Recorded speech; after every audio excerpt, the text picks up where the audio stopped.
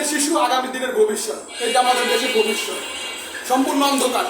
কারণ কি জানেন, এদের সাথে আমরা প্রতিনিয়ত খারাপ ব্যবহার করি, দুর্ব্যবহার করি, তাদেরকে টুকাই বলে আমরা গালি দিই, কিন্তু এরা কি টুকাই?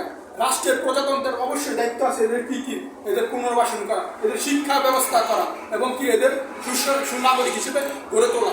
অথচ আমরা সেই জিনিসটা করি না। এর ফলে কি হয় জানেন, এরা মানুষের লাঞ্ছনা বঞ্চনা এগুলা সহ্য করে একদিনেরা হয়ে থাকে টুকাই থেকে সন্ত্রাস হয়, চিন্তাই করে, বিভিন্ন মাদক দ্রব্য বহন করে এবং সেবন করে। এর দায়ভার আপনার আমার এই সমাজের সবারই।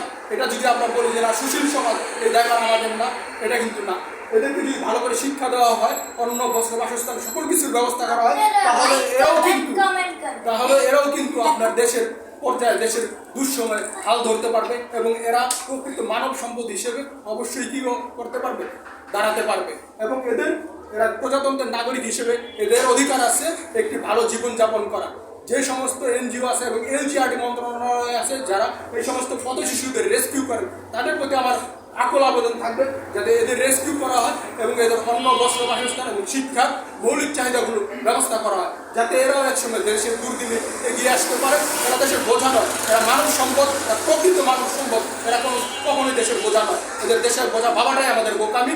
এদেরকে একটি মানব সম্পদের রূপ দিতে হবে। অবশ্যই ভালো থাকবেন। আসসালামু আলাইকুম।